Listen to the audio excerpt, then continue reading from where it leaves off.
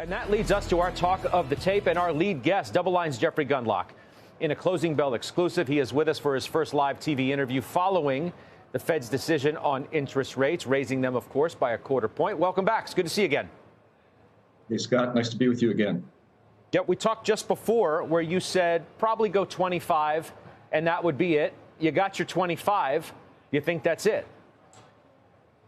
I think the chances are better than 50-50 that we're done with the rate hikes. We're going to have to watch that, how the short end of the Treasury curve is moving, because it's been so schizophrenic in response to all of these strains in the banking system and the deposit runs.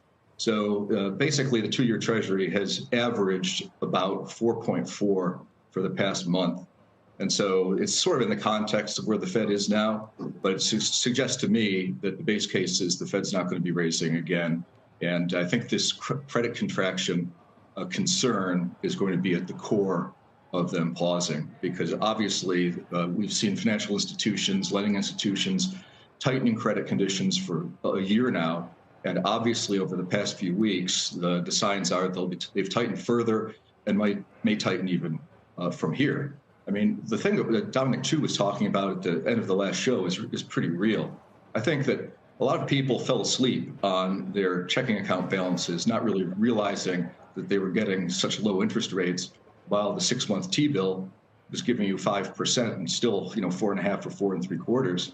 And since it's all over the newspapers now and all over news programs, I wouldn't be surprised at all to see that deposits as a percent of GDP fall fairly significantly as people wake up to the fact that they are giving away 400 basis points by staying in the banks. And so that's going to be a liquidity concern. Also, regional banks fuel a lot of small business lending, a large fraction of it. And it's fairly clear that that's going to be contracting.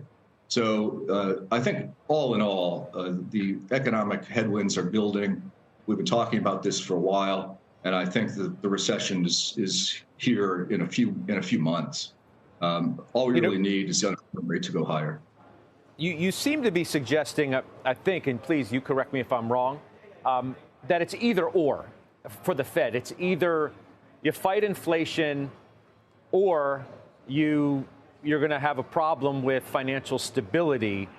Whereas, let's say, Christine Lagarde, for example, ECB president, suggested that you could do both. One doesn't sacrifice the other. You have enough tools in the toolbox to continue to fight inflation. And if there are credit, financial stability issues, that you could fight those as well at the same time. Do you disagree with that? I strongly disagree with that. You can't have it both ways. You can't have your cake and eat it too. So we're hearing a lot about the financial system sound and all that. But, in the United States, we've had such a different movement in the bank sector over the past, I'm talking back 20 years really, or at least to 2005, where the U.S. banks, if you look at Bank of America, it went all the way back to its high, or nearly to its high, back in 2005, 2006. J.P. Morgan, way above the highs global financial crisis. Wells Fargo, same thing. But you look at Credit Suisse, and they never recovered from the global financial crisis. They were still down like 90% the whole time for the past few years. And that's the same chart pattern that we see on Deutsche Bank, and it's the same chart pattern that we see on Societe Generale. They're all down from their highs.